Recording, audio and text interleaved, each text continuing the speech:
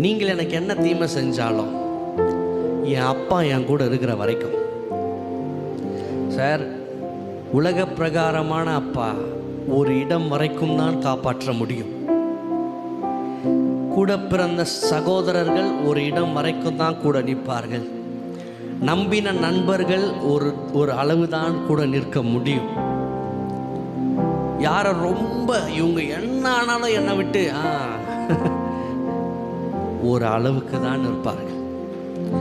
ஆண்டவர் சொல்றார், நீங்க சொல்லுவீங்க, நீங்க எல்லாரும் எனக்கு தீமை செய்ய நினைச்சீங்க, கர்த்தர் எனக்கு நன்மையானவைகளே அதை நன்மைக்கு எதுவாய் முடிய பண்ணியிருக்கிறார். ஃபர்ஸ்ட்.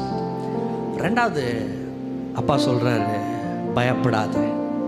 பக்கத்தில் இருக்கவங்கள பார்த்து சொல்லுங்க, பயப்படாத. ஒருவேளை கஷ்டத்தில் போறியா, துன்பத்தில் போறியா, கவலையில் போறியா, உடைவுகளுக்குள்ளே போறியா, ஆண்டவர்களை பார்த்து சொல்றாரு, பயப்படாத. ஆமென்.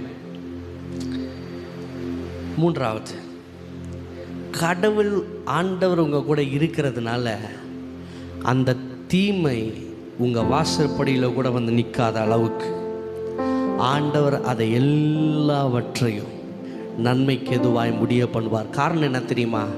உங்களுடைய லக்கை நியமித்தது என் தெய்வம், என் ஆண்டவர், நம் தகப்பன். ஆமென். அதனால் நடுவுலை பிசாசு என்ன சூழ்ச்சிகளை கொண்டு வந்து உங்களை விழ வைக்கணும், உங்களை உடைய வைக்கணும், எது நினச்சாலும் அப்பா கூட இருக்கிற வரைக்கும் உங்களை லட்சிய கரையில் கொண்டு போய் சேர்க்க அவர் வல்லமுள்ளவராக இருக்கிறார்.